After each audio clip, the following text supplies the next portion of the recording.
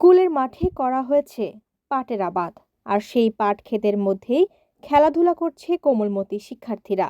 স্কুলের দপ্তরের চাকরি না পাওয়ার ক্ষোভে এ কাণ্ড ঘটিয়েছে স্থানীয় যুবক সজীব খান ও তার বাবা কালাম খান।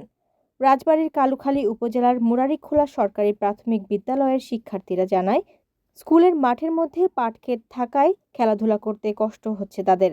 অনেক সময় পাট ক্ষেতে খেলাধুলা করতে গিয়ে ভয় পাচ্ছে তারা। তাছাড়া অনেক শিক্ষার্থী ভয়ে স্কুলে আসছে না।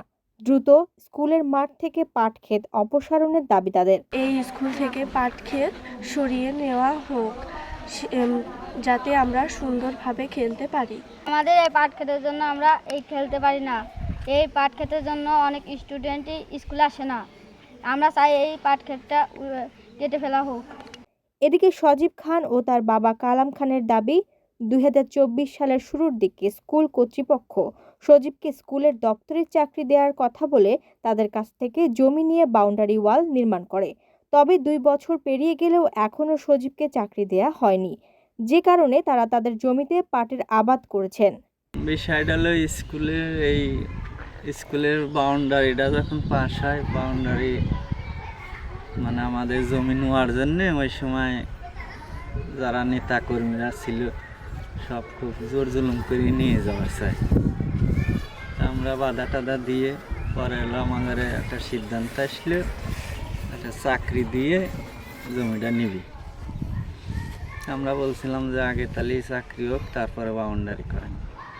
ওই সময় ওনারা বলে যে বাউন্ডারিটা মাত্র 3 দিনই আছে, নাহলে পরে বিল হবে না।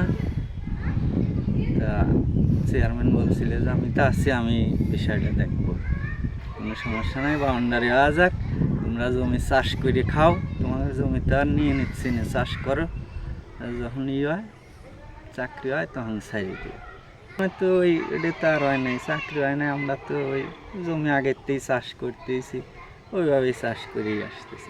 যখন এই জমিটা নেয়, বাউন্ডারিটা করে, তখন বলছিল যে এখানে একটা দপ্তরের ফাঁকা আছে, এখানে কোনো নিয়োগ দেওয়া হয়নি, তাহলে তোমার আমি এই চাকরিটা দিয়ে দেব, তাইলে তোমাদের এই জমিটা আমরা বাউন্ডারি করব, এই জমিটা আমাদের এই জমিটা হইলে আমার বাউন্ডারিটা সোজা হয়, এর জন্য এই জমিটা আমাদের দরকার। আমরা আব্বু এই কথার উপর যে আমার চাকরির দপ্তরের একটা চাকরির কথার উপর এই জমিটা আর কি ছাড়ে দেয়, যে আপনারা বাউন্ডারি করেন, আমার ছেলের চাকরি একটা ব্যবস্থা করে দেন।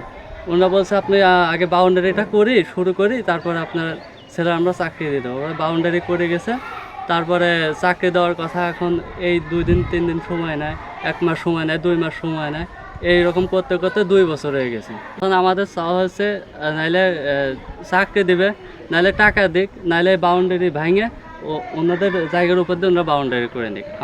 এটা আমার একটা মীমাংসা চাই।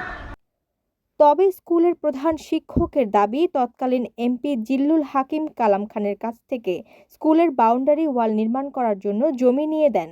সজীবকে চাকরি দেওয়ার পর জমি রেজিস্ট্রি করার কথা ছিল, তবে 5ই আগস্ট দেশের প্রেক্ষাপট বদলে যাওয়ার কারণে সেটি আর সম্ভব হয়নি, যে কারণে সজীব ও তার বাবা তাদের জমিতে পাটের আবাদ করেছেন। আমাদের স্কুলে যখন বাউন্ডারি আসে, তখন বাউন্ডারি সোজা করার কারণে এলাকার লোকজন, গণ্যমান্য ব্যক্তি, ম্যানেজিং কমিটি সবাই মিলে এমপি মহোদয়কে জানায় বিষয়টা। এমপি মহোদয় তখন জমির মালিকের সাথে কথা বলে জমিটা স্কুলে দেওয়ার সিদ্ধান্ত নেয়, এবং টাকা দিকে যেভাবেই পারুক সে দেবে। মানে বিগত এমপি, সাবেক যে এমপি ছিলেন উনি। তারপরে 5ই আগস্টে পদ পরিবর্তন হলো, এমপিরা সুযোগ না থাকার কারণে সেই জমিটা স্কুলের নামে রেজিস্ট্রি হয়নি। এই স্কুলে প্রথম থেকে 5ম শ্রেণী পর্যন্ত 142 জন শিক্ষার্থী রয়েছে।